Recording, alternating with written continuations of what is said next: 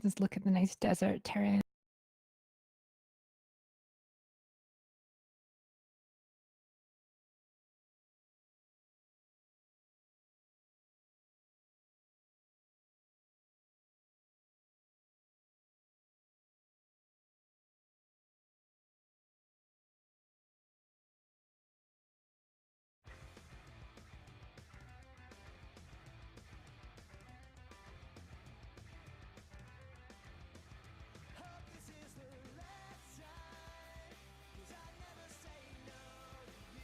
Hello everyone and welcome to the Shinhan Pro League. I am your host for today. My name is Kix if you've not seen me before, and co-casting with me today is Cadenzi. Hey guys, it's me. Must have drafts here as well, so... Yeah, but if he comes out you'll lose your voice and then I'll be screwed. That's just one of those things. But either way, we've got an exciting semi-final playoff match to do today. That's a best of 5. The next set's a series of best of 7, but that doesn't matter for now. And I've completely lost track of what I was going to say. But either way, it's good to have you co-casting with me again. It's been a while, so it's nice. Yeah, it's nice to be here.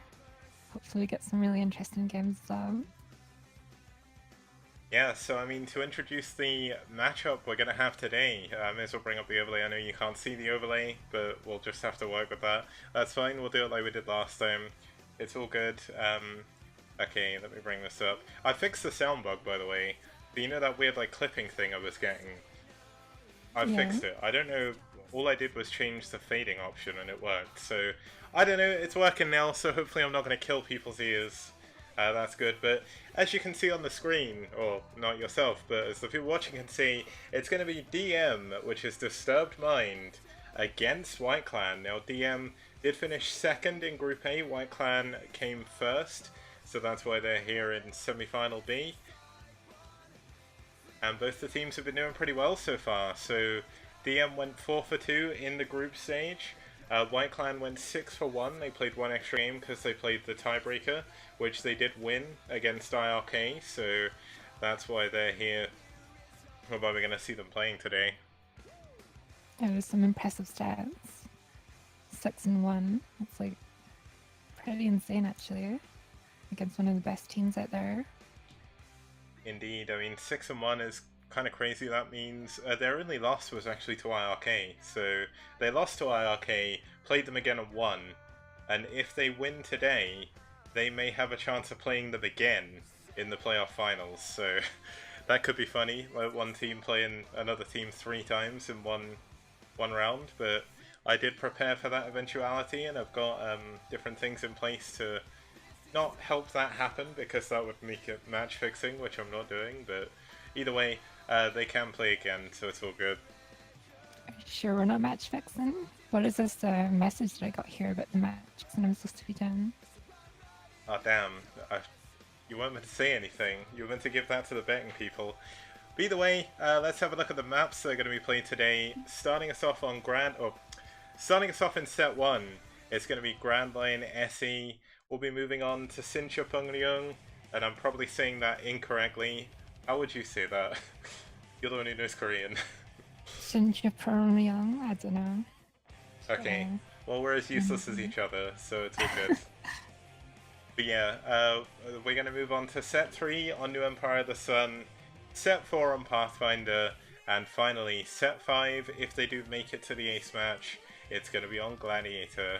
Now DM certainly have their, I've completely forgotten the expression, they have their work cut out for them, I think that's right.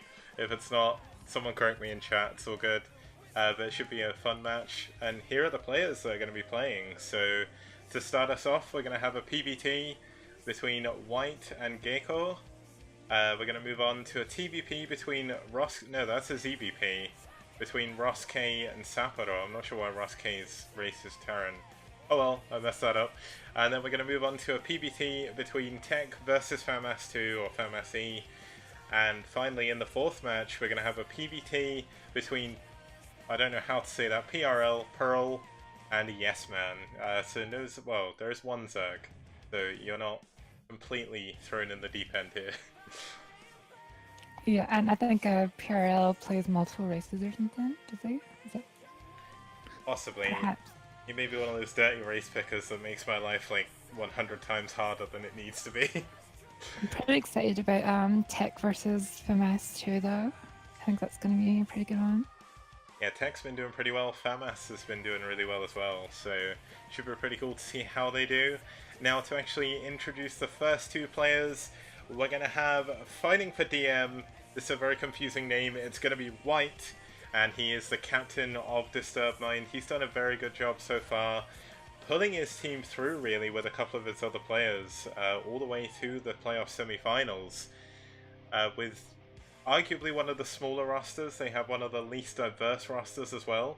They're mostly Protoss. I think they've added a Terran though for round 2, so that should be good.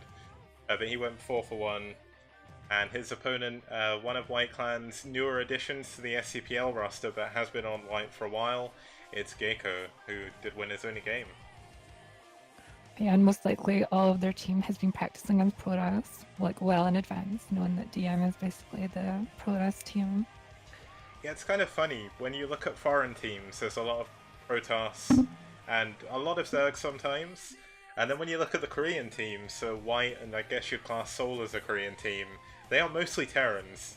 So that's where all the Terrans are. They're all in Korea. Like, I don't know. Yeah, for some reason, foreigners just don't play Terran. Yeah, there's only a few of us. There's not many. But the first match is going to be on Grand Line SE. This should be a good one. 4 corners, the weird sort of high ground in the middle. I know we've got the game loaded up already, but have you got any quick thoughts on the map? It's definitely a map where it's hard to stop the Terran push once it gets going, I think, because of all the high ground in the middle and all the choke points everywhere. That's a very good point, and a lot of the time we see a lot of games end before then, because Protoss players really do try to push in early and try and stop the Terran from expanding, but of course there is that easily defended third base, so that could come into play for the Protoss player as well. But let's see how they do as we move on into the game, and let's get started.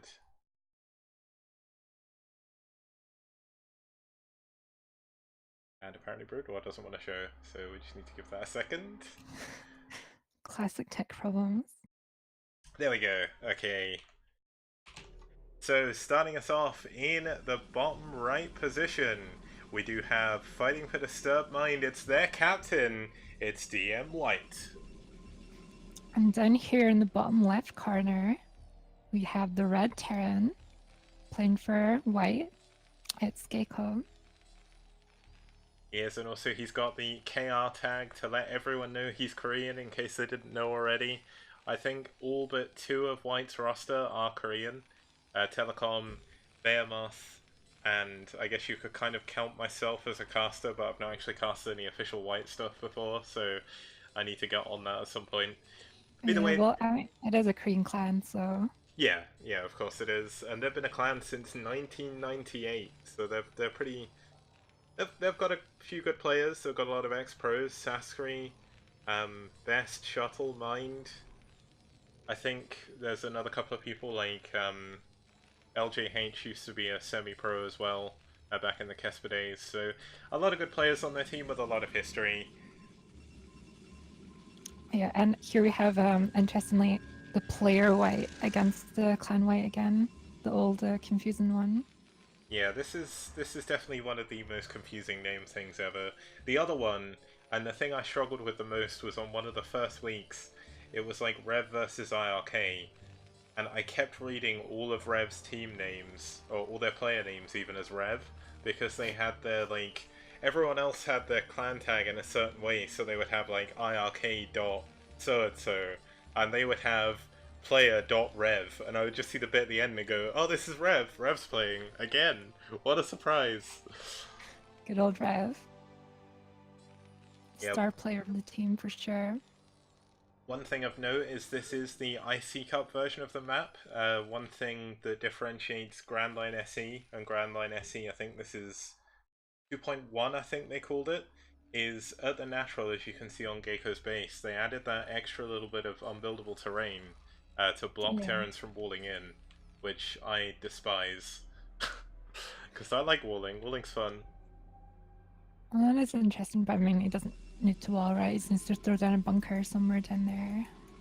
Yeah, I mean the thing is, it does somewhat limit your options. It makes it a little bit harder to do 14cc, for instance, and you can play a little bit greedier if you wall off, but certainly in TVP, it's a little bit harder to wall, especially if they go sort of proxy gateways, than if you wall, you're in a bit of trouble, so nothing too crazy there anyway.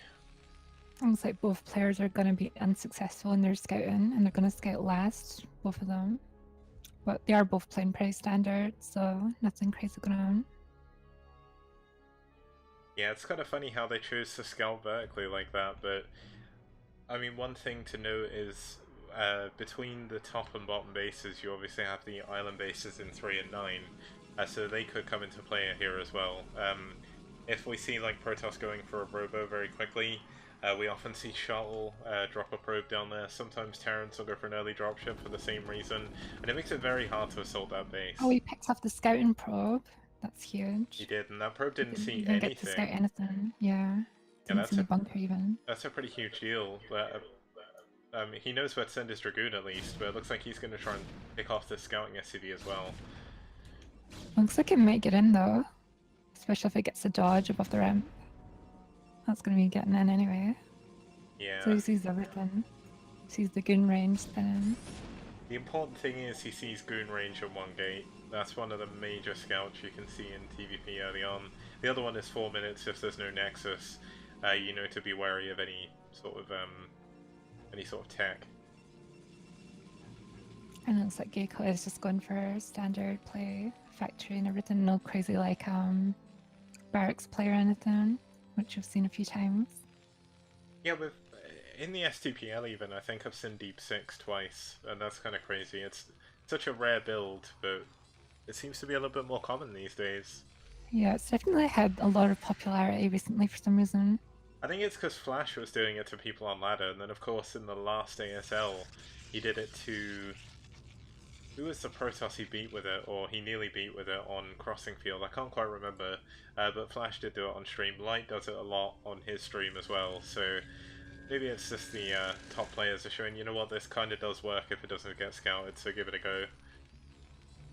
Yeah, and of course Flash is that super cheesy player that can only win through crazy cheese builds, so relying on it there, of course.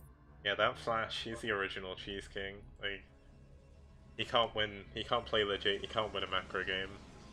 Just play legit, man. Come on. One time.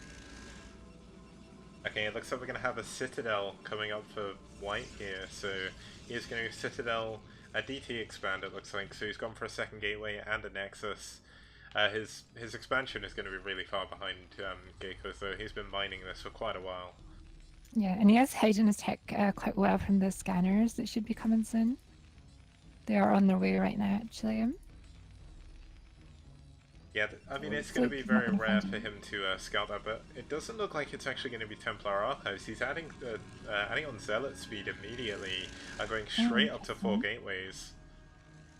Yeah, and he is just stockpiling his gas though as well. I'm not sure exactly if that should be part of his build. Oh, Gecko's hiding a command center in the top left corner. He is the one playing a little bit cheesy here. He's going for some economic cheese. And he even scans the Citadel of Adun as well. What a great scan. But now in scanning that, he might just assume that it's DTs and start preparing for DTs, and then it's not. It's actually just a Zealot leg speed, like, semi all in. Yeah, I mean, one thing you can tell he's done, and this is a hallmark of a good Terran player, is he has kept one of his scans just in case. He only used one, and he's building an engineering bay as well, just to make sure he doesn't die to DTs.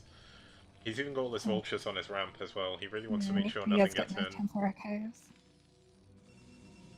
So interesting. He's even building it next to the Citadel as well, so I guess he's not too worried about being scouted at this point. Just super confident that this is going to work for sure, right? Like all Protoss players.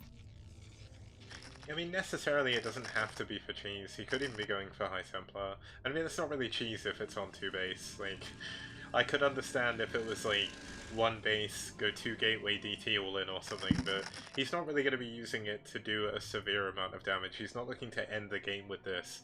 He's more looking to be a little bit aggressive. Try and make it a little bit harder for the Terran to move out onto the map. Yeah, we do have an engagement going on here though. Some mines coming down, but they're not going to get anything done really. And the push is coming now, and he doesn't know that it's coming, but he only has 3 tanks here. Yeah, this is one of those scary moments where when you only have tanks, you could be in a lot of trouble, but a nice mine does connect with the front Dragoon. But these Zealots have got speed, they're going to be looking to run in. Can they make it up to the tanks? He's hesitating slightly, but now he comes in, and all the Zealots are just going to run right up the ramp if they can. The Vultures don't manage to block them. Oh, And they do this get is on a the huge tanks, but they are deal. pretty damaged. Yeah, they're pretty much dead. He should be fine. Just about managed to save that only tank, and White loses most of his army there. Yeah, that is pretty painful, and he does not have a 3rd base coming, which is a bit surprising given the map that they're playing on. Yeah, I think he was going for an all-in there. I mean, he's up to 5 gateways. He's got his Templar Archives, obviously. He's only now just getting his Robos. He is not going to be able to do anything about the mines out in the middle of the map. And he is going to have very, very little scouting information. But here we go, we do see some DTs running out. Yeah, but it doesn't look like the DTs are going to be able to get in there at all. Maybe they can sneak over to the 3rd base if they can find it, but why would he assume that there's a 3rd base there? Yeah, and the only other thing is he needs to be careful because he could lose these DTs to mines. Like, he does not know where the mines are, doesn't know if there are any or not. And yeah, he's keeping 1 DT back with his army.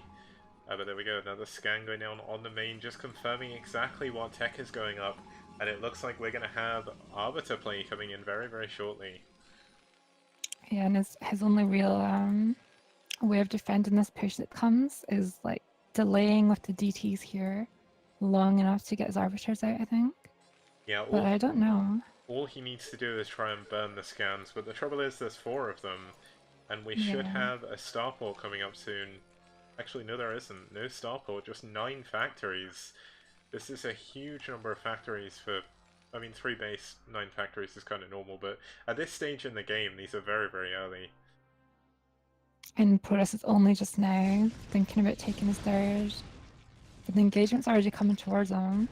Yeah, Actually, he has only no the Vultures. There is no observers to deal with these mines. He's completely hemmed in his base. And that DT just ate 2 mines and didn't die. How is that possible? And this other DT is wailing away on the tanks, but it does get scanned and taken out. Yeah, I So think he has this like is gonna be... nothing to defend here. Yeah, this is going to be very, very hard to defend.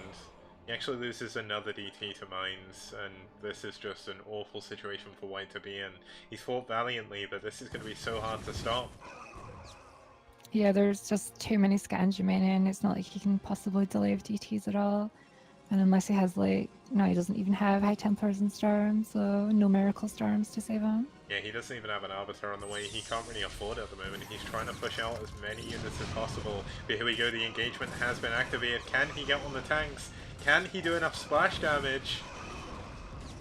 Looks like no, all of his units just get completely melted, and GG. GG indeed. Unfortunately, White just getting caught a little bit off guard. His all-in attack didn't really work. And that's the outcome of that. There's nothing you can do to stop that Terran force when it's right outside your base.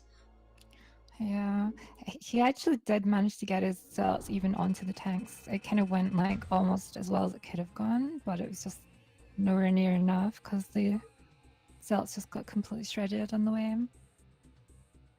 Yeah, that was a bit unfortunate, but one of the things that he couldn't really do anything about after it failed, and I mean that's going to lead us to a very quick one. It was kind of quick, it was about 10-11 minutes. That's a pretty quick game won by my reckoning last week, or sorry, on Friday even. One of the games lasted 40 minutes, so that was kind of crazy. That's the reason why I'm doing this today rather than on Friday. I would have done it on Friday otherwise.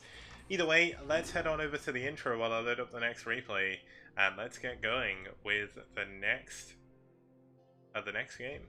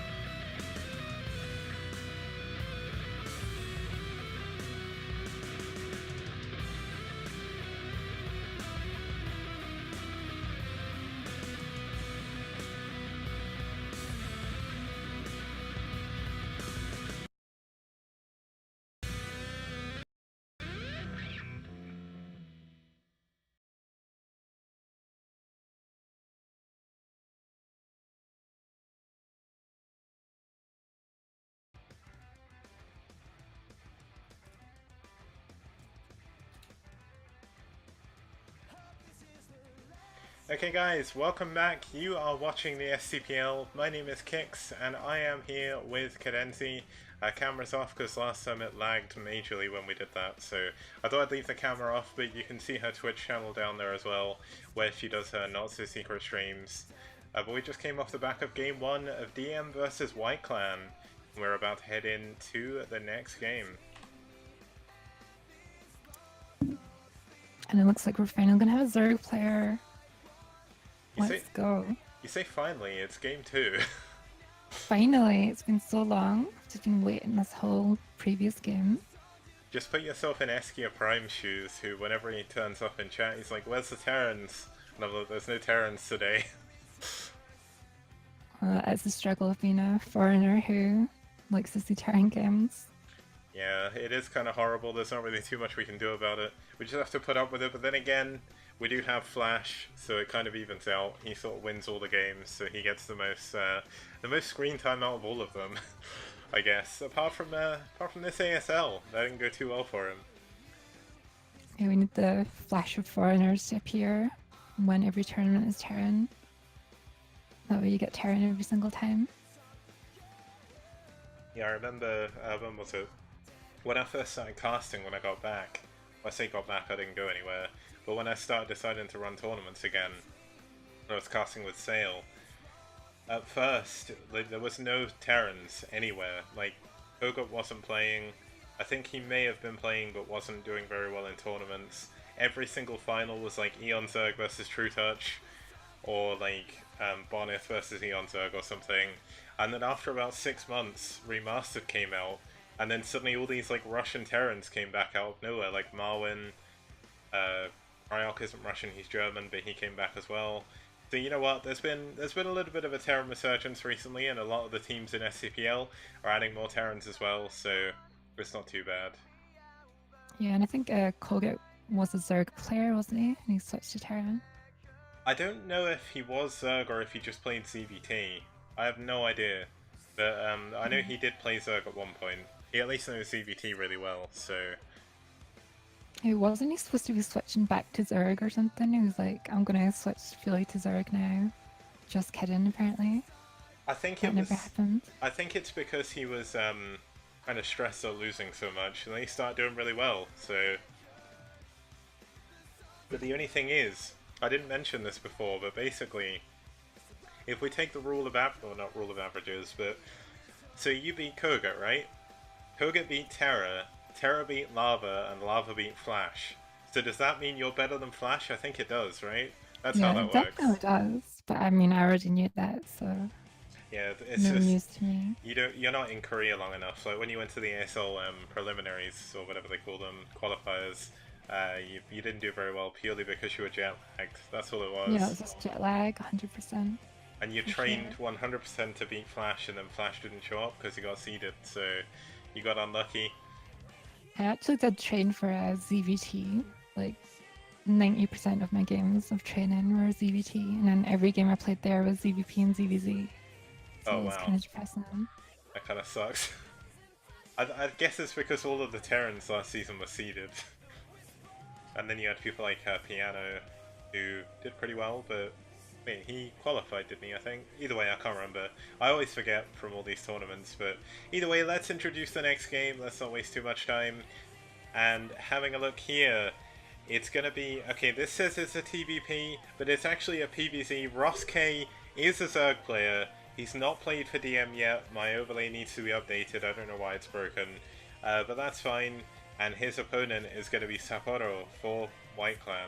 So he's one of the new players for them as well. And he's currently a 1-0. Wait, is that really how you pronounce his name? I don't said know. it in such a weird Spanish way. Sapporo, I guess, but it's more Japanese way. But I don't know if that's how you meant to say it.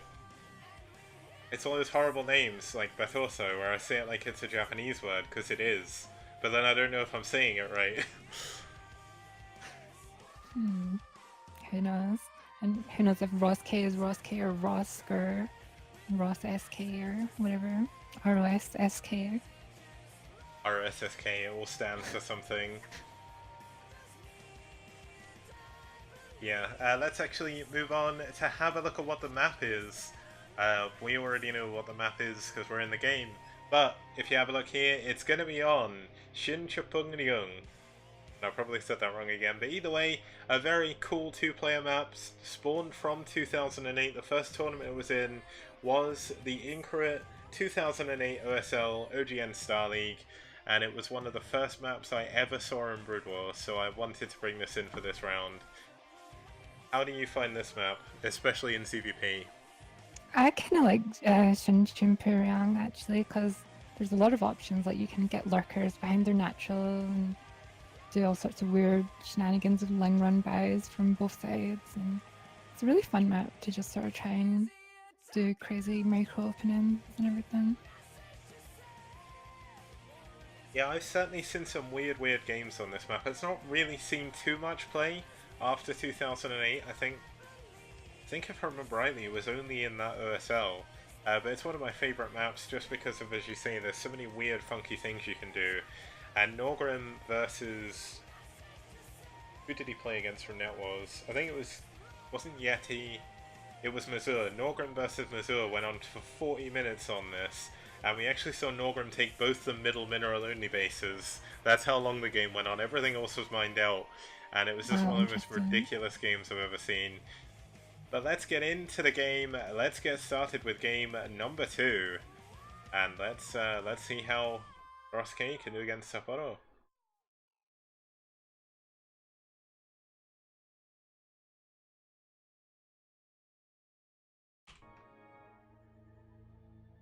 Okay, so starting us off in the top, or the bottom left corner even, it's going to be our blue Zerg player. Ignore my overlay, it's Ross K. And in the top right corner here, the orange Podas, it's the Korean player Seppo from White. I guess we'll just call him Sappho, that makes it easier. Who knows? It's like FAMAS 2, I'm like, how do I say that? Is it FAMAS E or FAMAS 2? And then it's just FAMAS in game, and it's like, well, that solves all of my problems. I think on this map, although you do kind of almost want to open mutas just because they have a lot of harass potential, you also have like the 2 high grounds that if you can defend those 2 high grounds, you get 4 bases. So I'm almost like you want to get a lot of lurkers as soon as possible and you become almost invincible. This map reminds me a lot of like an early version, like a sort of a two-player early version of Sniper Ridge, in which case it seems really good to get like a lurker contain. I mean, I don't think we'll see that this game, but it's a possibility. Just taking that high ground outside of your opponent's main is just crazy. Yeah, if you can just contain them there and maybe do like a smaller contain on the back door, and then you take the whole map and there's nothing they can really do, I suppose. Yeah, because you have that small ramp around the back of your natural. If you can get like 2 or 3 lurkers there early game, it's very hard for the Protoss to sort of break up of that. It's even worse in TBC. Like, it's very hard for Zergs to do that in TBC just because of the way bio works, but when it happens to you, it's horrible. It's really hard to play the map when that happens. Perhaps we'll open something crazy then, like fast reavers. That would be pretty fun. Looks like he's just doing standard Forge Expand up.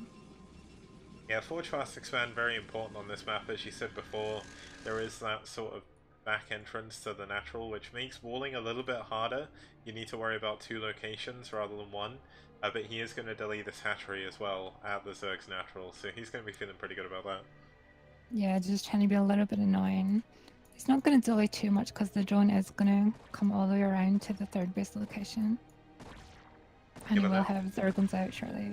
That does leave him open to a little bit of harass though, doesn't it, a little bit later on? There's only a small choke to defend that, and it's so far away from your natural. Oh, his 3rd drone is actually getting confused and ran up and down a couple of times before getting there.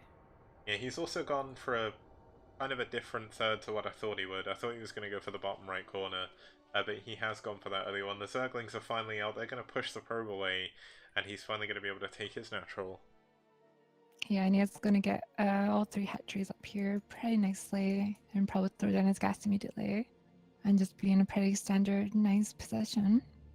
Yeah, the interesting thing for Sappho here is he doesn't actually have his gateway up. He went for the 2 cannons first, so this wall isn't that great so far. He's going to have a few problems if these lings get in. He did try and get a lead from blocking the hatchery, but I think it's maybe just worked against him because he's not really done the best opening here. Yeah, going for those two cannons is a little bit excessive. He's sending his probe now to that ramp just to see if there's any wings coming in, and he is going to lose that probe pretty quickly. And the Lings are, yeah, they're going to pick that off, but they're not going to be able to get in because there's two cannons there, which is maybe what he was scared of, is the Lings coming around the backside. Can he get over the top of the gas though, is that... Oh no. No, it's definitely going to be in cannon range all the way. That's pretty good for him then. Seppo's going to be quite happy with that. Maybe those two cannons were the right choice. And it looks like that probe was scouting around for that third base in the bottom right and he's not found it. So will he get a chance to actually see the third base in the middle of the map here? He should just assume that there must be a hatchery there at this point, I would imagine. Yeah, it looks like he's not even going to go and scout there. I didn't see if the probe went there before, but he must know about it at least. He did see the drone run away, so... I guess there is another location, like on the 9 o'clock base there. Like, could you take a third there? Maybe. You could. It's not super close to your opponent. If you can get some lurkers early on, it's quite easy to defend because you have that Yeah, sort of there's weird only high ground. 6 mineral patches or something. Or 5, maybe. No, it is 6, isn't it? Yeah, there's definitely 6 at the 9 and 3 o'clock, but there are those weird 4 mineral patches in the middle. I mean, if you really wanted to be crazy, you could take that as your third base, but it wouldn't really be worth it. Well, looks like it's going to take another gas at his third base.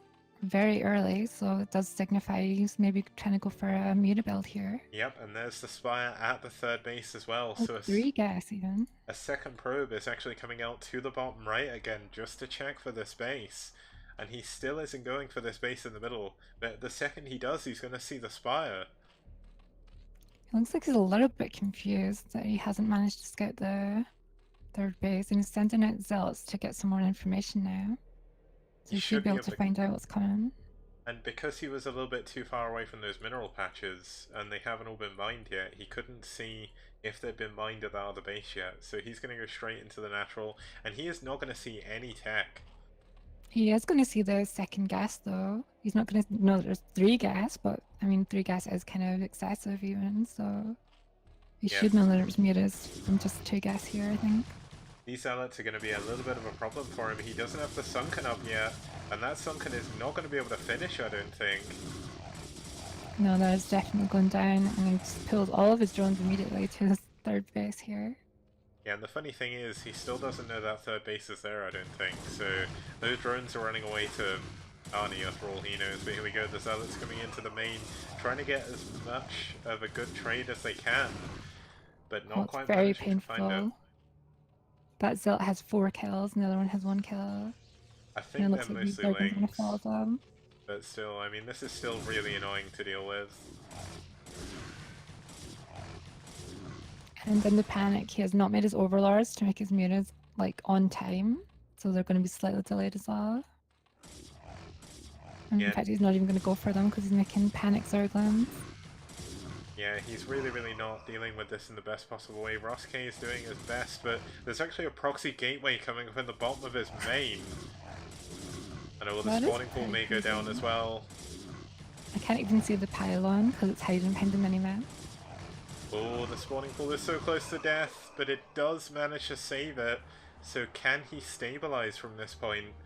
And what exactly does Sapo back at home have to defend with Mulus? He's got the Templar Archives, he's got the Stargate, but he doesn't have a oh, he's got 1 Corsair, but he's not adding on any more.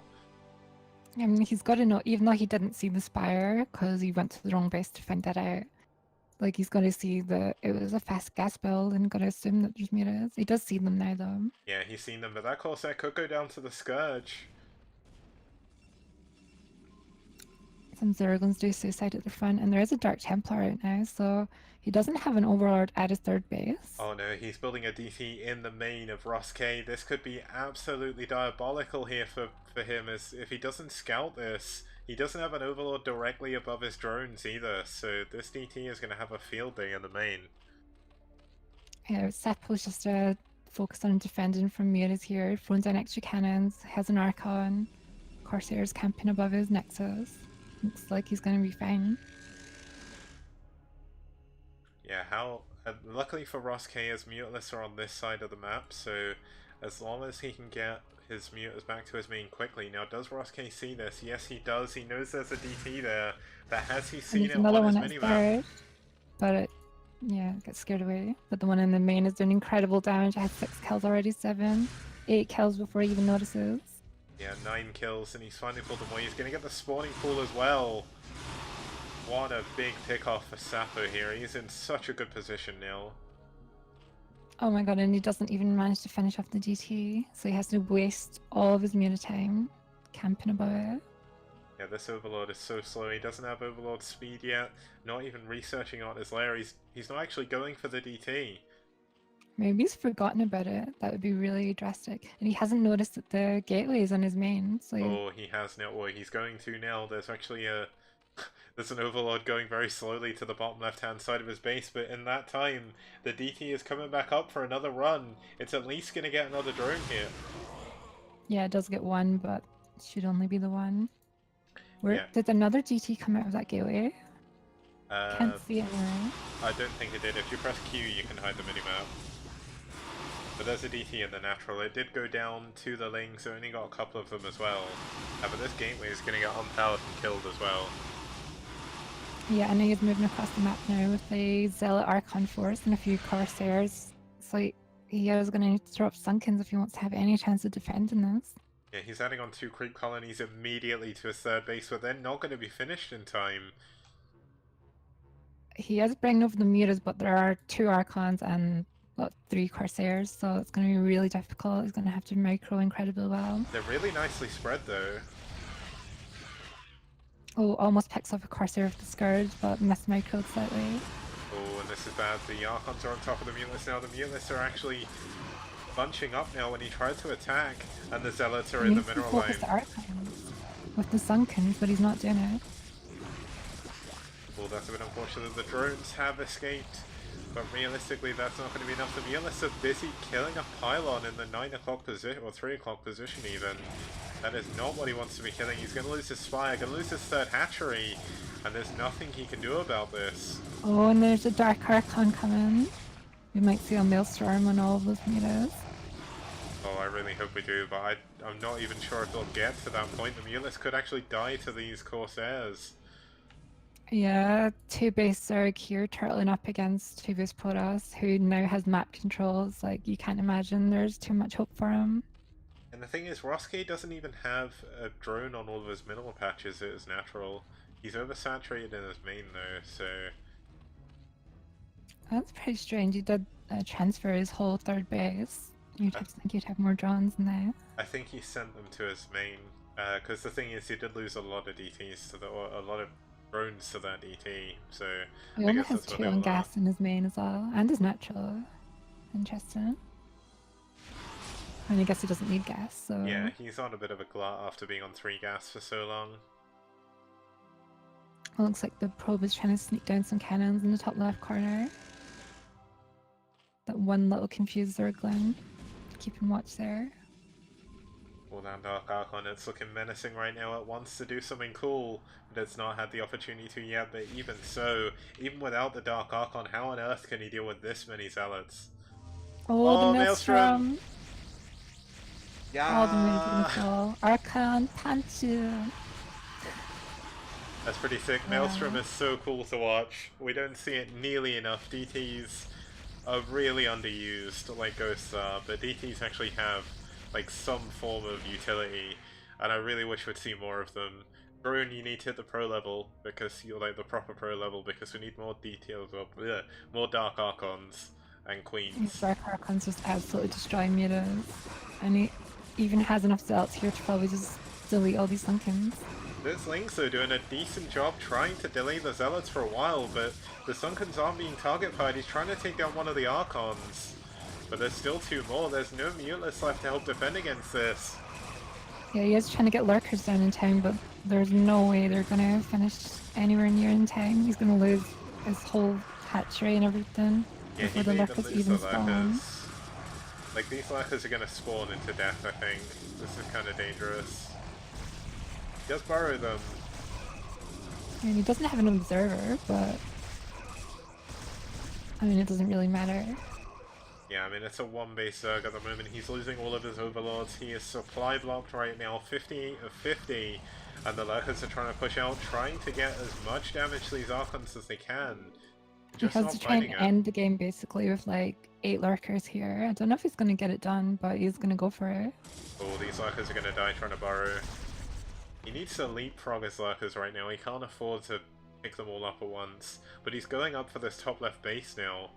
It looks like. There's already cannons there, so I don't see any way that they could possibly break there.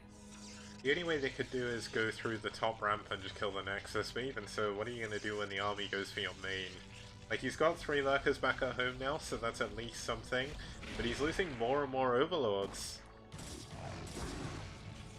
Yeah, he has basically no way to make units anymore, not that he can afford to do so anyway, so... Yeah, and Sapo just cancelled the Nexus. He's like, I don't need this. I know I'm so far ahead that there's not really anything you can do. And that Lurker actually going into cannon range. Yeah, this is just a waiting room for observers at this point. Pretty much no way that he can do anything, but he is going to try his best to take his expansion back again, maybe even try and take a third again. And one thing to check as well, there's actually still quite a lot of minerals at Sapo's main. His main is nearly mined out, but his natural is pretty healthy right now, so even if Roske can hold on, like, it's going to be so difficult to come back from this, and it's not impossible. Yeah, even if his minerals exploded, I think it would be almost impossible.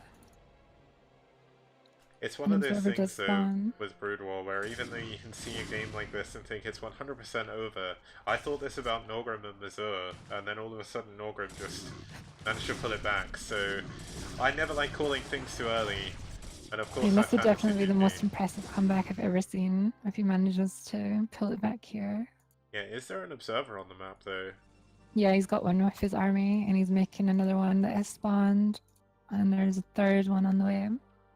So it looks like he's just going to go and end the game now if he can. Yeah, there's a lot of Overlords flying out into the map looking for what they can. But this is a lot of units. Can we get it done? He does get a lot more spawning though. Yeah, and he's actually spread them out pretty well, so he's got like a... It's almost like watching a Terran put siege tanks down. Oh, but he unburrowed the back ones. Yeah, and there's just too many Zealots and Archons here. Look at the Archons all just get confused on each other, but it doesn't even matter. And GG. Sapo takes white to a pretty quick 2-0 lead at the moment in this series. And it's going to be up to, I believe it's Tech in the third game to keep their hopes alive of actually making it into the playoff finals. Yeah, that was some pretty cool creative play there. The Hidden Gateway in his main and the Dark Archon. I really loved both of those. Yeah, that was actually really clever, making use of the fact there is a lot of dead space in the main for Zerg. I guess it's not so much the same for Protoss or Terran, because you always have to use that location to build stuff, but with Zerg, if you only have one hatchery in your main like he did, you're never going to have anything there to spot that back corner, so really nice preparation done there by Sapo. Yeah, I didn't even actually notice how that probe snuck in there. I think it went in just before the sunken went up, and it looked like it was scouting for a bit and then disappeared, and I guess Ross K must have thought it died. It's one of those awkward things where you think you've cleared something and then all of a sudden gateways spawn in your main, so... Yeah, that is a painful way to lose. The classic Dumo strats there. Oh, Dumo. Rest in peace. He never came back after he beat you. It's like, he retired a champion. That was his goal. He's like, I'm gonna cheese Cadenzi out of 2 tournaments, and then like force her to play against a Walt 4 times in the next 4, and then he quit Brood War forever. That was it. Like, he achieved his life goal. Let's head over to the intro and let's get started with our third game here of the STPL.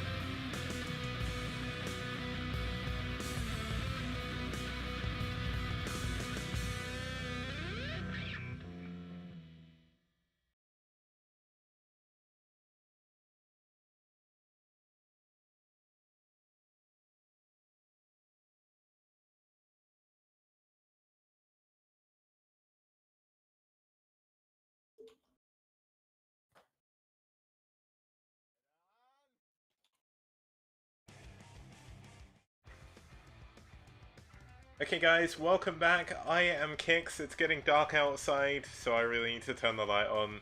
But it is now 9 o'clock in the UK, so even though we started at 9 PM, and I completely forgot to pause the replay.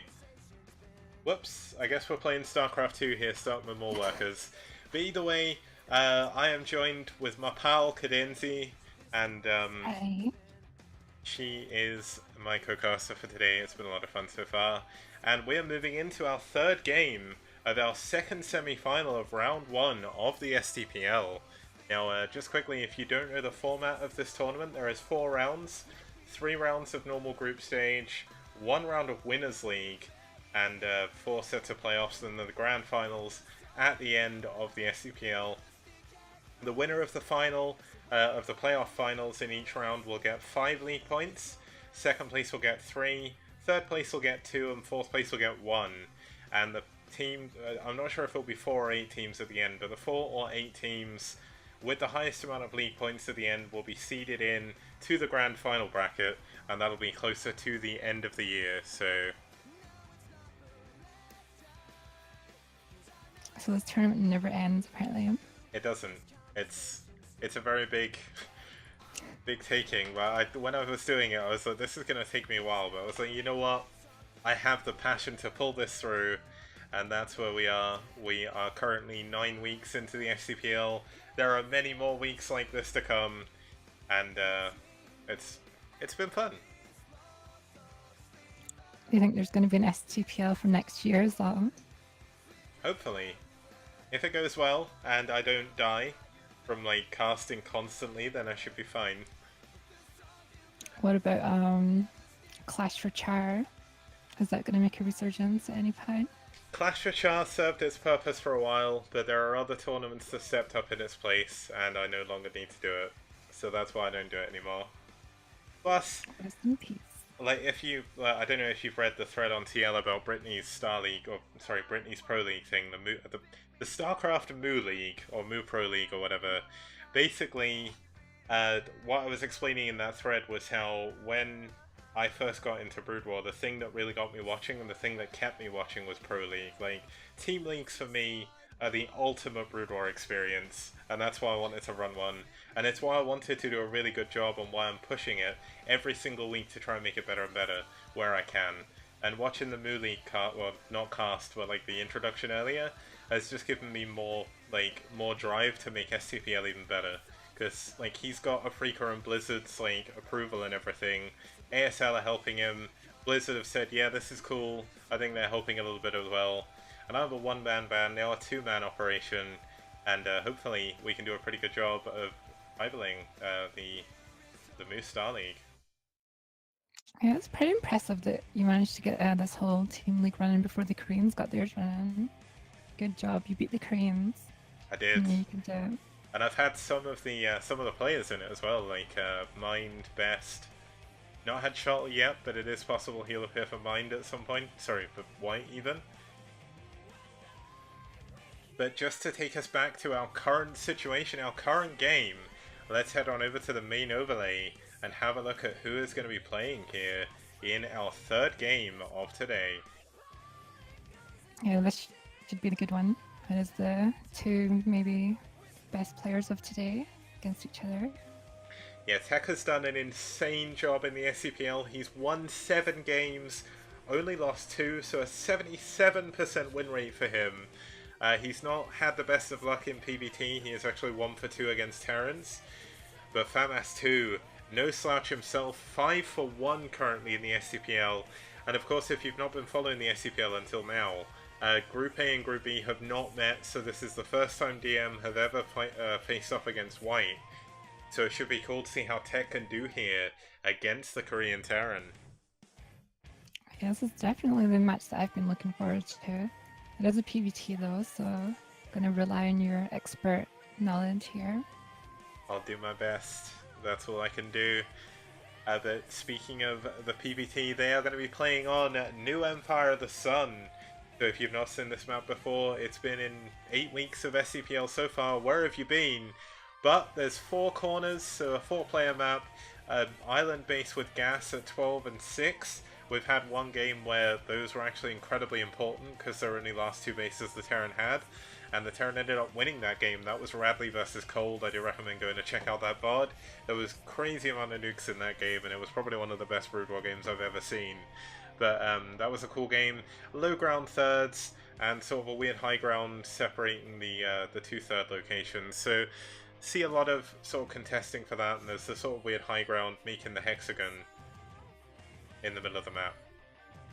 Yeah, it's definitely a strange one, especially the way that the third base has these multiple entrances. And it just feels really difficult to defend it sometimes. But the starting bases, when you first load up the map, it looks like Fighting Spirit. Yeah, even the textures are very similar to Fighting Spirit's like opening, so it makes it a little bit difficult sometimes. Like if you've been playing a lot of games, like the amount of games I was playing with you on Sniper Ridge, I played Arkney on the second day, and basically I forgot I was on Sniper Ridge. Like even though I'd played like 20 games in the past 24 hours, I went to the wrong place to build my barracks, so I had my barracks in the back of my base. But that's because I'm bad at the game. These players are certainly not. FAMAS, one of the best Terrans on white, I would say. Does a really, really good job for his team. And Tech, one of the best, if not the best player on white, on DM. So this should be a very interesting game. Let's not waste any more time. Let's get on over to the game screen. And let's get started with our third game of today.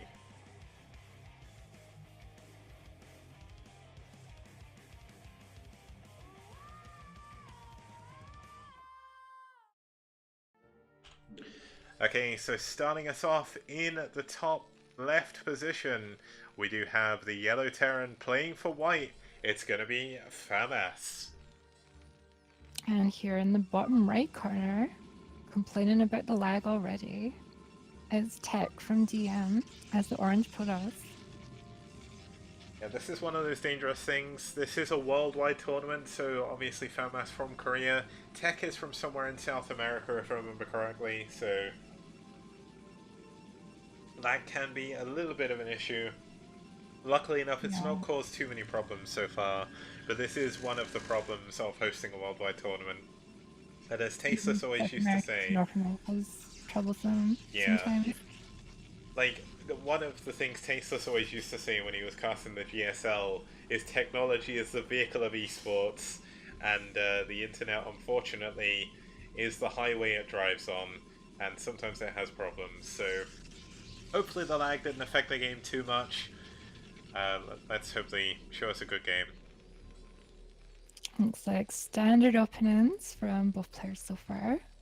So I like to see. No, I like to see a clean match here, clean fight. Yeah, hopefully they both play legit, but we do have a South American toss in our game here, and that's rarer than an albino chimpanzee. And he is sending it fairly early SCV scout. On a 4-player map, I wouldn't say this is too early. He scouted about 13. That's kind of normal. That's the sort of scouting timing that Fantasy used to use. I know there's a lot of Terran players who play a little bit more greedily. I know Flash scouts around 15, but it's just give you a little bit more information. Just make sure you don't die to any crazy cheese. Yeah, and you've got to expect that when you're playing against the crazy foreigners from South America and such. And especially when it's lagging as well, because like the game we had the other day where it was lagging and you went like some weird fast ultra build, people change what they're doing when it's laggy because they don't want to deal with sort of miss micro and problems like that, so... Yeah, I mean, I even had a game the other day where it was lagging and I was like, well, I guess I'm going 7 pill. Yeah, it does depend if it's lagging what you're going to do sometimes, especially the Koreans do that a lot. If the game's lagging, they're just like, well, I guess I'm building my gateways in the middle of the base here. In the middle of the map, sorry. Yeah, and then you have players like Eon who it doesn't even have to be lagging. He'll see a random player and it's like, well, this game doesn't count, so let's do some random stuff. Shots fired. The SCV does see everything though. It sees the gun range and the gun is shooting away at it. It's just trying to delay its time as much as it can. Yeah, the SCV survived quite a long time though, because the goon does pop out around 21 supply. And he kept the SCV alive a very, very long time. I don't know if the goons started running across the map or something, but he got a lot more information than he should have done. Yeah, for sure. And Tech also knows what's going on because he saw a bunch of Marines outside the natural, so he's going to imagine it's either FD or like something crazy. You know, interestingly, Famas sent an SCV very, very early to build his natural, but he doesn't quite have the minerals yet, so a little bit of a missed timing on his part, but it's very, very difficult to get that timing right. But there we go, the natural CC will You come up should be now. able to use the extra 8 minerals the SCV's carrying as like part of the cost of building something. That would be pretty cool, Why not, but right? I don't know. Then you run into the problem of a Protoss doing that thing where they like steal your gas and they take some minerals as well, and they slowly build up enough minerals from going in the gas long enough that they build a gateway. That would be pretty incredible, just storing up all the piles of minerals in one corner of your base to build something. Yeah, I mean, it's a defensive FD here. He's not going to use it to push across the map. He's a little bit worried that there could be tech. He only saw one gate with range. He didn't see the Nexus. The SUV did die before then, and as you can see, he's sending out the Vulture now, just to see if he can see anything else.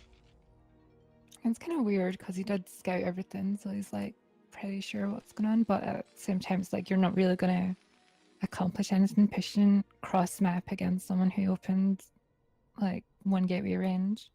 Yeah, I mean, the main thing is, even though he did see the 3 pylons in the main and no Nexus, he doesn't know whether he's going Robo or DT. Now, it looks like it's going to be a Robo here, so it could be DT, or sorry, it could be Reaver, but there is 3 gateways as well, so it could just be OBS. Tech may be looking to play this a little bit more standard. Why is there a starport flying around in the corner of his base? Oh, it's making a control tower. It is.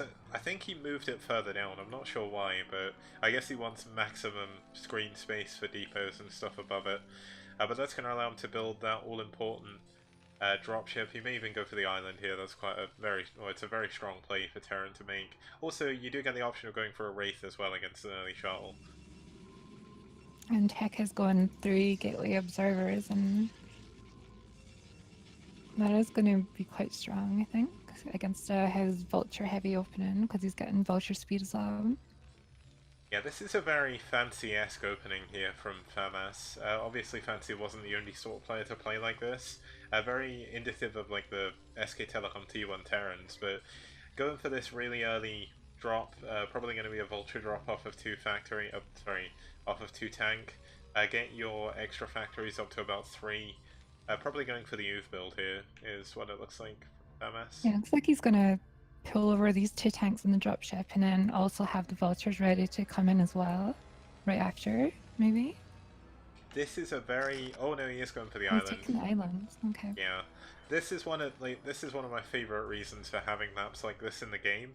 You have like this Grand Line, just because it allows you to do cheeky things like this to make it a little bit harder to kill your third base, allowing you to be a little bit more greedy. But with this early shot, or with a possible early shuttle off of this, he should be pretty able to deal with this.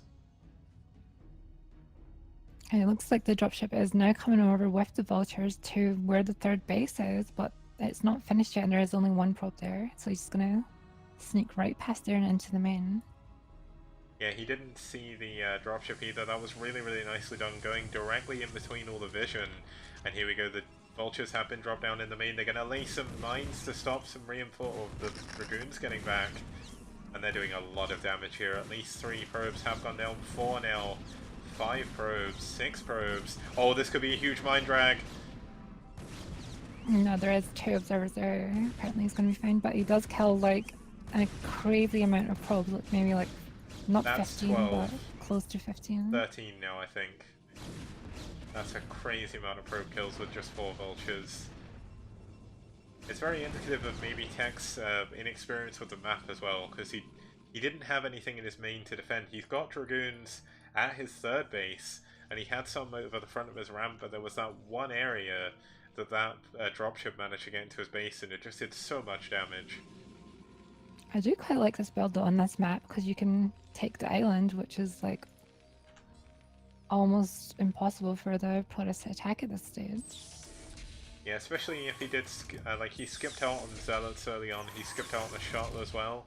One of the most annoying things is you take the island, you think you've got it, and then you get 4 Zealots dropped on it and it kills everything because you can't get any units to defend.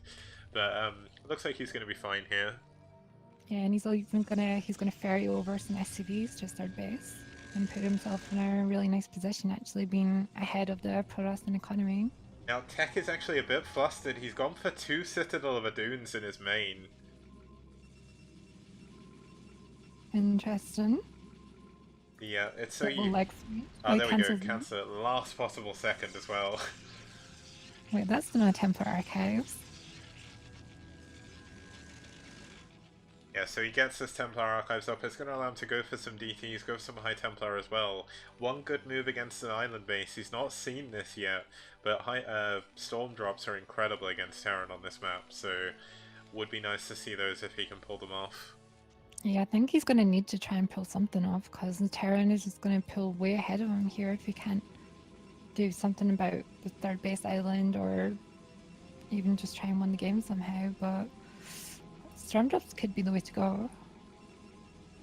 Could be, and there's certainly a very quick way of coming back into a game. But saying that, even though he lost so many probes, he is even on supply with the Terran player at the moment, and he's actually been supply blocked. I mean, FAMAS has been sat supply blocked now for quite a while. Yeah, that is true. Although he does have 3 gas and a ton of SCVs now, so he should be able to power up quite nicely as he adds on a couple more factories. I mean, you can see now he's taking position up in front of his natural. He's got a bunker there to help defend with the tanks. And he Yeah, is this drop ready. is not getting anything done, but it doesn't need to either. Oh yeah, I only just saw the dropship at the bottom. I was like, wait, drop? I saw the dropship leave the Terra main, but didn't see where it went. But you know Yeah, what? he went to the third base and got hit a few times and then skirted back around here and then saw that it can't get in there. All he needs to really do is deny the island with this, and he's actually going to lay the mines there to help help scout for anything as well. This is really, really nicely done by FAMAS, but Tech is also doing a really, really good job now. He's spread his units in the right locations.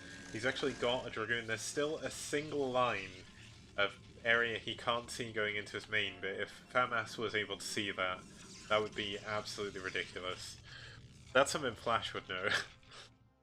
I think Famish should be pretty confident right now. He's scouting the base for hidden bases, knowing that if he's just on 3 base against 3 base, then that's just a really good position for him. So all he needs to do is sit here and wait, really.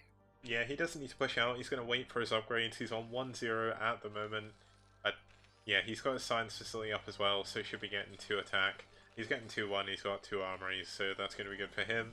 Tech, meanwhile, is up to 3, 4, 5, 6, 7, 8, 9, 10, 11 gateways on his 3 base. He's going double forge as well. One of them isn't... Oh, sorry, that was the Templar Archives, yeah. So he's going attack and armor upgrade at the same time, as well as arbiters.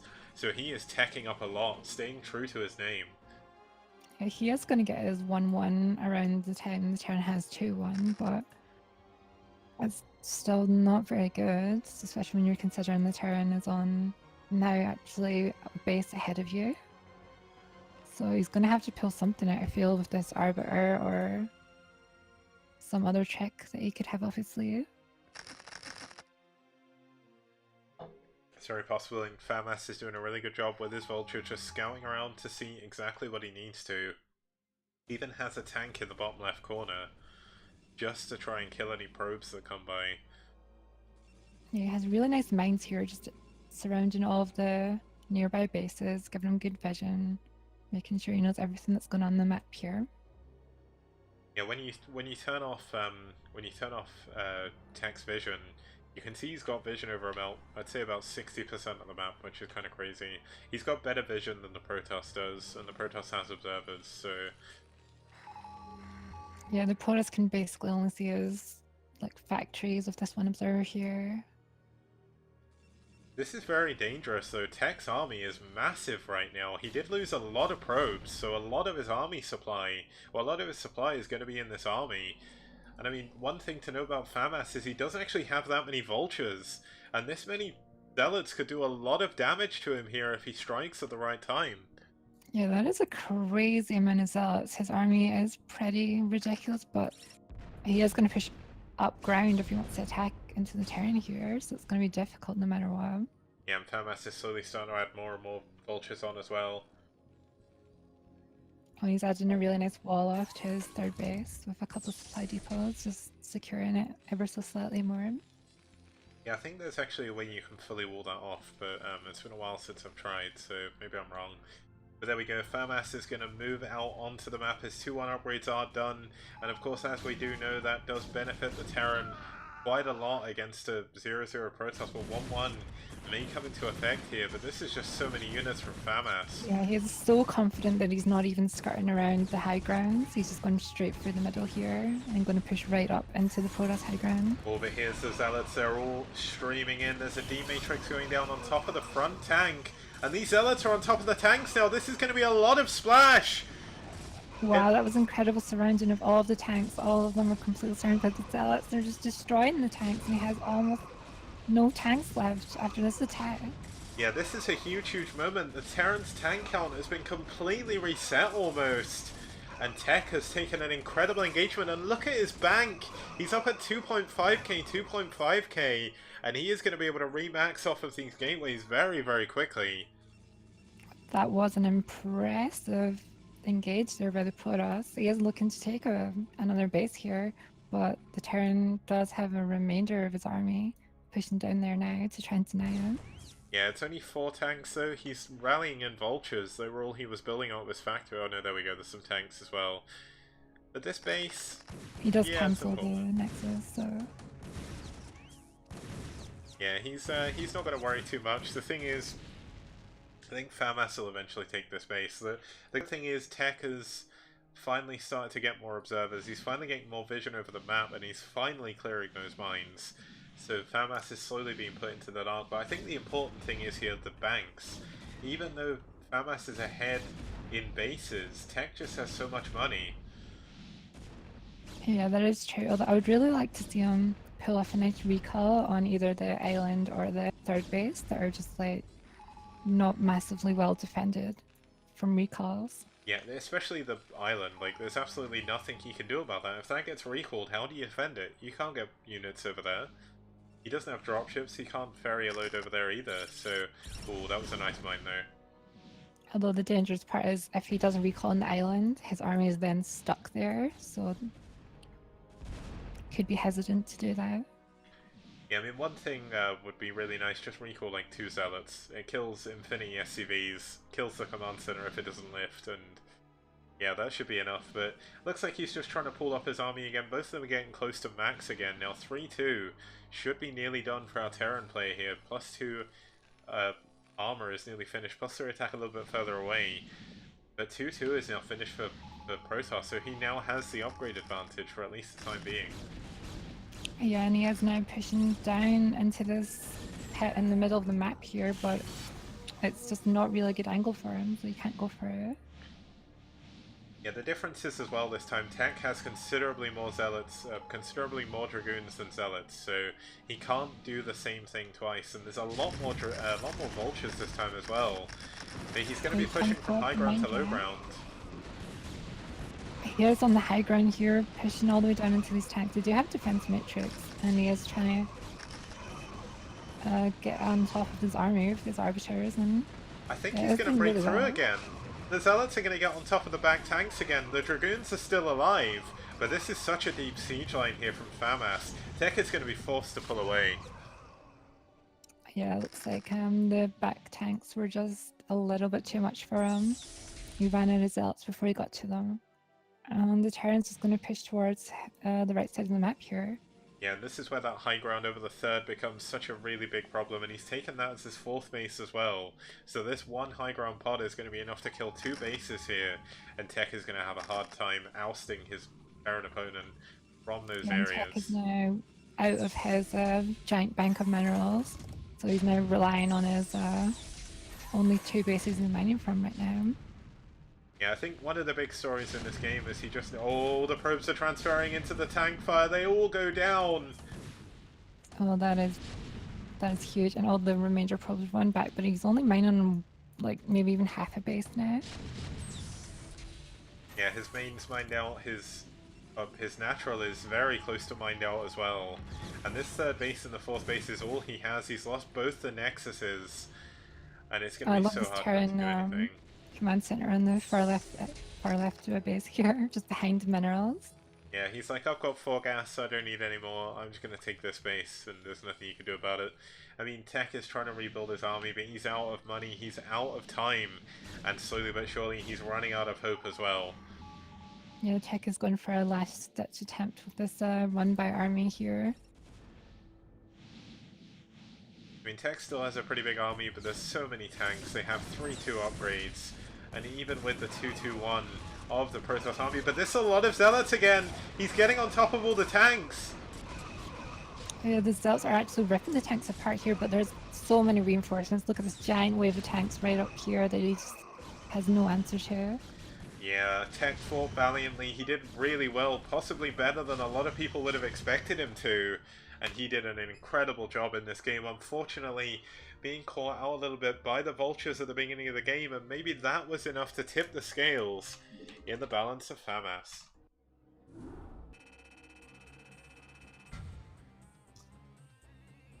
That was definitely a very well played game. It was indeed, and that actually means that White have secured their position in the playoff finals for round 1. And now, just while I load up the intro, there is going to be one more game though, as if you've never watched the STPL before, if there is a game been played, I will try and cast it. Apart from that one game, which was a series between like DM and Team Liquid, where only one game got played, which Tupac mentioned at the beginning of the stream in the chat, but I always try to get everything casted, and the important thing is I've got a co-caster now who saves my voice, so my life is a lot easier. Saving esports, one messenger at a time. Is indeed. Now let me just quickly bring up the intro. I'm going to turn on the light because it is actually pitch black in my room right now, so I'm going to go blind if I stare at the screen, so I'll be back in just a moment.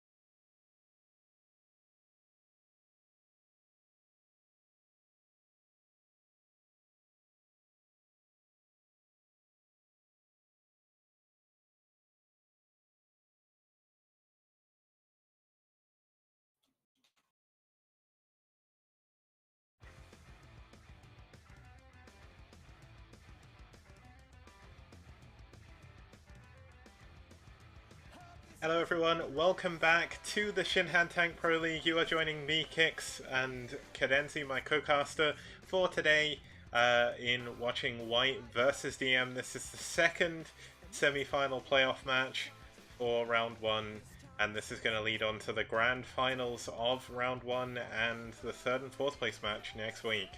And this will decide who plays who, and the games were played today. I don't know who played each other. But we do obviously know now it was White versus IRK and DM versus NetWars. So White versus IRK are going to play each other again, which is kind of crazy. Yeah, and what is your favorite map of your map pool in STPL? Okay, do you mean of round 1 or across round 2 as well? No, just these ones. Okay, so out of these maps, I think my favorite is probably Pathfinder. Yeah, that's what I was thinking. There's apt we get to finish on this one. Yeah. Is it because of fantasy playing on this one, or do you have any other reason for it being your favorite map here? Okay, so fantasy playing on it was the reason why I liked it to begin with, but I like the map features. And it was one of the things I was disappointed with in ASL 5, because there was a map called Red October, and Circulator I think was the other one, and they had a similar main base layout of like the terrain around the edge of the main, which I find really cool. I want to see that come back again, because it leads to some really interesting games. Yeah, it's definitely pretty unique. You don't see that too often, especially these sort of like island domains. They're just in the middle of nowhere. I remember the first time I ever played Pathfinder in IC Cup, I'd just watched like the 2010 OSL final or something, and I'm like, I want to play this map, and then I loaded it and I couldn't find the bases, and I was like, what? How? I've literally just watched a game on this, how can't I click my SCV to the right place? But either way, we are here for the SCPL. This is not the final game of Pathfinder, because there are 2 more series, so it does appear once more, I think, or twice more. But it may be back at the grand finals as well. I'm not really certain how the map pool is going to work for that. But round 2 has some good maps as well, so don't worry, there will always be more Kicks maps for everyone to enjoy. Delicious kick snaps. The endless supply of them. I can't wait to see. The endless supply of maps no one ever plays, because they were like in like one tournament in Korea or something, and no one ever played them after. But you know what? They're the maps I enjoy, so that's why I put them in the tournament. Clash of Char was even worse. They were Kicks maps every week, and they were different every week as well. So at least here there's a little bit of consistency. I mean, this has been 8 weeks now of the same map pool, so that's not too bad. But Do you reckon like 2 years from now you'll have like Sparkle in your map pool? maybe. It's not retro enough yet. People still play it. That's the problem. No, but that's not actually the reason. But either way, let's move on to our 4th and final game of this evening. And let's have a look at who our players are going to be as we move on over to the main overlay. Okay, so in case you didn't know, it's going to be PRL versus Yes Man. Now, PRL has just appeared for DM. I think they added him recently. From what you said before, just in that short break, you played with him today or yesterday, right? Today, earlier, yeah. He's a pretty tricky player, is what I gathered. I mean, you did play against his Protoss in a ZVP, so maybe that's slightly different. But if he's tricksy in that matchup, which I'd say it's harder to be tricky in PvZ than it is in PvT. So we could see some very, very crazy things here. Against our Korean Terran, it's going to be for White Clan, it's going to be Yes Man, who is currently 2-0 up against his opponents so far in the SCPL, and he has won a single PvT. A TVP. So we have a little bit of a baseline for him. And the map they're going to be playing on, I know we were just talking about it a little bit, it's going to be Pathfinder. It's a 3-player map, very cool map features. Not a lot of gas for a 3-player map, to be honest. Yeah, I don't think I know who Yes Man is, like, at all, but since he has a KR in his name, we can only assume that he must be really good, right? That's how that works. If you're born Korean, you're born a Gosu at StarCraft. Even the people born pre-1998, they were destined to become good at the game. And that's why you have people like Flash just dominating everything. It's definitely like plus 200 APM if you're Korean. Plus 200 APM, plus like 300 StarCraft IQ. That's how that works. We rolled the wrong race, IRL. Should have been Korean, but we were British. But actually, I'm secretly Korean. Yeah, you're just hiding out in Scotland. Yeah, my eye surgery to look Caucasian. Who was it on the Foreign Brood or Discord who kept saying everyone was North Korean? I have no idea. I don't know, but I miss Hongju. He was funny. I don't know where he is now. He's probably like training up to be a Gosu or something. He's still kicking about. I see him sometimes on the Battle.net friends list, but not playing StarCraft too often. Yeah, like Jinjin, they've moved on to different games. Dead game. Brood War's dead, guys. While you're watching, turn off. Go watch StarCraft 2 or something. But either way, to cut the jokes, let's actually head on over to our 4th and final game of today. It's going to be PRL or Pearl's chance bringing a little bit of pride back to the DM lineup against White here. Or is White going to go for yet another 4-0 sweep in the SCPL? Let's find out. Good job.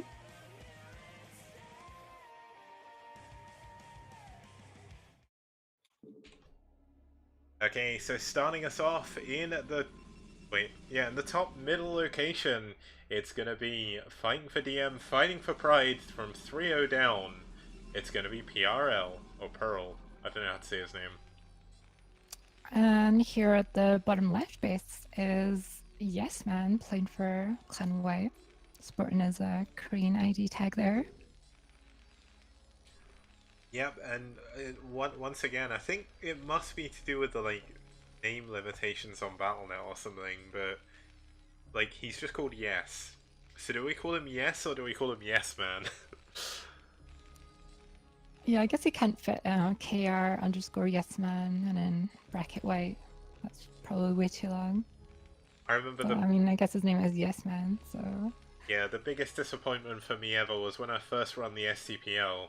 This was back in 2015. Like, no one really knew who I was. I was just this guy who was always playing Brood War. And I decided to do the SCPL in a format where you would, Smurf as your favorite pro gamer, and then no one would know who you were. So you'd have, that anonymity, and it worked, and I had, I feel like everyone's gonna know who you are whenever you're playing. Especially now, I just get constantly bullied, that's just how it works. But, either way, the anonymity thing worked really well for me, but it also caused me a lot of pain, which is why I didn't bring it back this time, because players couldn't contact each other, so no one could organize their games properly. And yeah, that is a bit confusing. I set up a Reddit for people to go to do it, and then no one used it, so it's like, well, okay, I guess this doesn't work. And then it sort of died after one very short round, and we tried to bring it back again in 2016, and I only got 4 teams signed up to it, so I kind of gave up on that in the end. But still, it was a fun tournament, and it's what gave me the experience to sort of run this now. So here we are 9 weeks into the newer SDPL. People know know what this one is, which is a benefit to me, and also a benefit to the players as well, because it gives them a little bit more exposure. Yeah, getting their names out there, proving who they are, playing for their clans and everything. But this is your favorite map here, so what would you expect to see for the openings? Well, I mean, PRL has already proven me wrong because he's immediately gone for 2 gateways. I mean, you can go for 2-gate Power Goon, and I mean, that's very possible he'll go for, but Reaver's very strong on this map from the Protoss perspective. One of the major builds we saw out of Jangmi and Stalk whenever they played on this map in PvT was Reavers into carriers, so it wouldn't surprise me to see that here. And Terran's very often, I mean, it looks like a Yes Man is going for a wall here just to make sure he doesn't die to the 2-gate. Just make sure it's not Zealots or anything, but a Starport, very good choice on here as well. Yeah, that is the longest wall I've seen. I guess Yeah, this map is a bit difficult for a while. That's the Great Wall of Korea. What about putting your wall down there, outside your natural? Is that too long? I know you can do that, so you can do that in the 12 o'clock and 7 o'clock positions. You can actually do depot racks, and because of the eggs there, that actually helps you wall it off. It's a little bit harder in the 5 o'clock position because you can't make a fully tight wall against lings, but the problem with doing that, especially against 2-gate Power Goon, is it makes it very difficult to repair it.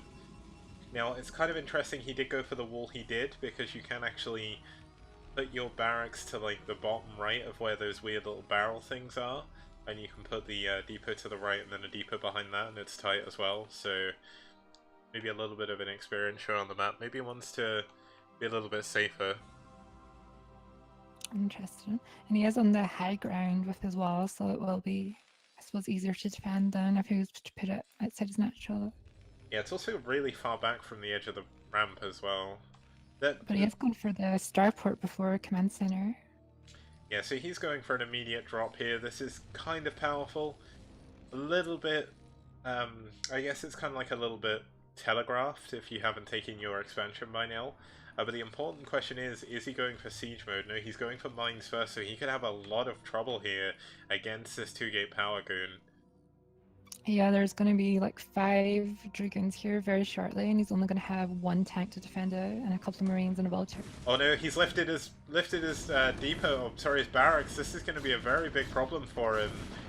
Oh, and the mine drag onto the Marines and SCVs. Oh, this is so bad. He's going to have to land his barracks back into the right place, but he's not going to be able to do it in time. He's going to build another depot there to help wall this off. It's very nice repairing though. He's kept his tank perfectly full health, and he has taken care of at least one of the Dragoons in his main. Yeah, I mean, this has actually not done nearly as much damage as it could have done. He's done a very good job defending against this, but the problem is his build has been scoured now. He's trying to mine drag into the SCVs. Oh, that was big. That was 4 SCVs, I think, and the Marine, so that's going to feel pretty good for him. I think he was hoping to get a few more though. He's trying to get into like right in the middle of the line. Yeah, and Eskia has just turned up into the chat. He's missed all of the Terrans today. This is the final one. So he's going to be a little bit disappointed. But here we go. We've got the Protoss taking his expansion here. Not going for a robo just yet. Actually going for 2 cannons. Yeah, he's just defending with cannons. He's even got cannons in his main to defend from the drops that are actually coming in right now. Although the dropship is empty, he's still running around with the vultures. Yeah, the ironic thing is, like, if he was to drop tanks, like, those cannons aren't going to do anything. It looks like he's going to run all the way around the other side of the bay, go into the dropship, drop 2 vultures down, the cannons are going to say hello. Yeah, this is a bit depressing. When this happens, like, on ladder or something, not necessarily on Pathfinder, but well, it's like, wait, why have you got cannons? But this time he actually scouted it, so it's not like the low MMR players I play against, where it's like, they just build cannons because they don't know what else to build. PvT woes. How dare they? Why don't they just play straight up against you? Why can't they play legit, men? Yeah, they should play legit, and like, I don't know. That's the problem, but there we go. Yes Man. Academy. Yes Man's doing a pretty good job with his mines, just scouting around again, but yeah, there we go. The Academy's coming up, gonna allow him to get those scans out. And that drop did absolutely nothing in the main. Oh my god, that vulture scouts the probe. Negative things. He just lost his vultures basically for free. The dropship is healthy though, so it does come back, and maybe he can do something with it, but I doubt it because like he has 2 tanks and like 4 mines to defend here, so if he does do a drop out, he might just die. Yeah, Yes Man did a really good job there with his vulture, found the hidden probe that was going for a very quick 4th base, and does find that mineral only base behind. So that's going to delay the mining there for just a little bit. I mean, Yeah, and the Protoss is taking his 3rd base on the other side of the ridge where his natural is, so it's also going to automatically scout like a tank drop behind the minerals. yeah, that's very nice for him. That's certainly one good thing. But the problem that PRL has, if we were to take this game and last game, watch them together. We do have the support bay coming up, by the way, but he has so few gateways. He's on 2 base, going up to 3 base, but he's still only on 2 gates right now. Adding on a 3rd and a 4th, but they're very, very late. Oh, he's getting shuttle speed immediately from his robo support bay. Well, and that gets scanned immediately, so Yes Man on top of scans. Oh, and there's double dropship coming into the main here. There's 4 tanks. Wow. And there's nothing here to defend from it. That one cannon nearly kills the tank though. Here's the 4 Dragoons to defend here, but that's not going to be enough to take on 4 tanks. Yeah, and those cannons being 400 minerals, they'll learn a gateway and going down immediately. And this support bay is going to go down before a Reaver even begins. Yeah, and he's even got mines and vultures here as well now, so oh, mine almost kills everything. Yeah, that took nearly half health off of most of those Dragoons. The Robo is going to go down, and PRL is just in a terrible, terrible position right now. He's not mining his main, and he just doesn't have the right units to be able to take out these tanks. If you can take down this one pylon that's powering those 3 gateways, then I think that could be like a win in play here. Yeah, this is really nicely done. He's actually ferrying more units into the main as well. Dragoons are coming in from the top side, but it's not going to be enough. The Zealots can't even get on top of the tanks. There's just too much firepower. Yeah, he doesn't manage to take down almost any of this drop here, and as more units come across, it's hard to imagine he's going to have much chance of holding out here. Yeah, the Wraith even there to try and put a little bit of damaging, get that vision as well. And this pylon is going to go down. The Cybernex core is going to go down as well. And he is Yeah, the just... Cybernex core is down. He is building like 5 more Dragons, but that's going to be the last Dragons he can build. Yeah, I mean, he's got another Robo, it's building an Observer, but his other pylon is going to go down as well, so... He's trying to throw down a Citadel, maybe get a Templar Archives out to try and maybe hold the DTs, but it's probably not going to finish in time. He's going to lose his main Nexus eventually as well. Yeah, Another and 200 removal minerals. facility's going to go down. Yeah, another 200 minerals or cannons going down as well. This is just so bad. PRL is doing everything he can to hold on to this game, but unfortunately, it doesn't look like it's going to be enough here. Yeah, and Yesman has even taken the 6 o'clock base during this attack with his just Korean unstoppable macro. Yeah, doing a really good job making sure that he doesn't fall behind something silly. I mean, PRL is trying to take another Nexus in the 2 o'clock position here, but without any gateways, without a main, what is that Nexus gonna do? Looks like the Porus is trying to wait for leg speed for this engage here, but he is going to lose these 2 gateways just for waiting. And I mean, PRL is trying to do what he can. He's actually adding on cannons at the front of his natural. Like, he is holding on with everything he possibly can. But there's going to be vultures. Coming around. If they can kill a few probes here at the 3rd base, they can even get a good angle from the bottom left corner, maybe. I think they can actually take out the cannon. There should be enough of them. And there's no units down here to defend after this. That one Dragoon on the high ground. Probes being pulled doing a decent job, though. Oh, the Proberto, can you do it? That vulture's gonna fall down. There's only one left. And there is going to be another cannon eventually. Nicely done, but he's lost his main, he lost those 3 gateways, he's lost his Nexus, he lost a support bay and a Robo, and there is just so many vultures now moving out onto the middle of the map with another double dropship full of tanks. Yeah, he does finish his zealot speed here, but with all of these vultures flooding in now and these extra tanks coming in from the dropships, and he only has like these 2 gateways left here. He's trying to add on more as 3rd base, but yeah, I mean, he's playing valiantly, he's trying to stay in the game, he doesn't want to let his team down, and there we go, some DTs actually moving up to those tanks, but they can't, oh my god, one of them gets scanned, and the other one can't get up to the tanks because of the mines. maybe we can get a crazy mine drag on like 3 of these tanks if he's really good about it. Doesn't even go for it though. Oh, the tanks at the 3rd base being dropped down there, taking out a lot of probes, taking out the cannons. And there we go, the tanks have finally been cleaned up in his main. The DT, all of the mines are not dying as well. But he's losing his new gateways. Yeah, he has saved his main, even though it was already in ruin. And now his like almost new main at his 3rd the mines. is also gone down. The mine's taking out all of his last remaining units pretty much. He's going for an all-in attack with just 1 Dragoon and 1 Zealot. What can they do? Not too much, I would say.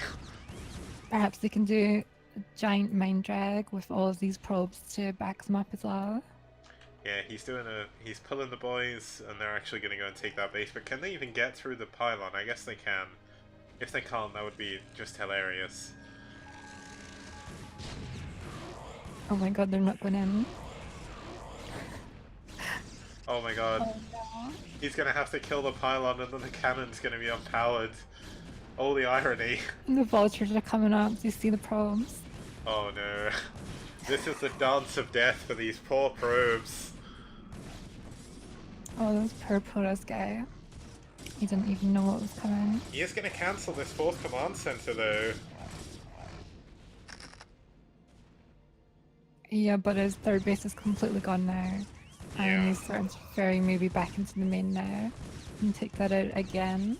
He's unpowered. The final gateway remain. Oh, sorry, there's 2 gateways left, but I mean, no amount of gateways will save you against this Terran force. He's got +1 attack now, and PRL is barely mining, and he is going to lose his natural probes very But here we shortly. go. 2 Dragoons, 2 Zealots come down to the 6 o'clock base. They're going to take that out easily. This is Nothing can stop them. This is SEAL Team 6. Let's go. Oh dear, here's the on siege like 12 tanks here to defend it. Oh, it is indeed. And I mean, these Dragoons, they're trying to do what they can. They're trying to get as many units as they possibly can as well. But more probes are transferring over. He's killed the pylon finally, so he's going to be able to get in, and it looks like he's planning on taking his main Nexus again. But he's going to lose his natural Nexus soon. Ooh, but Yeah, this but he's not DT, even mining from there. does he have So any this game scans? is like really painful. Yeah, he's got anymore. lots of scans. Wow, that poor DT didn't stand a chance. There we go. Looking at Yes Man's vision, he sees 75% of the map, and he sees his opponent's GG as he does take White to a 4-0 victory over DM here in the second semi-final playoffs.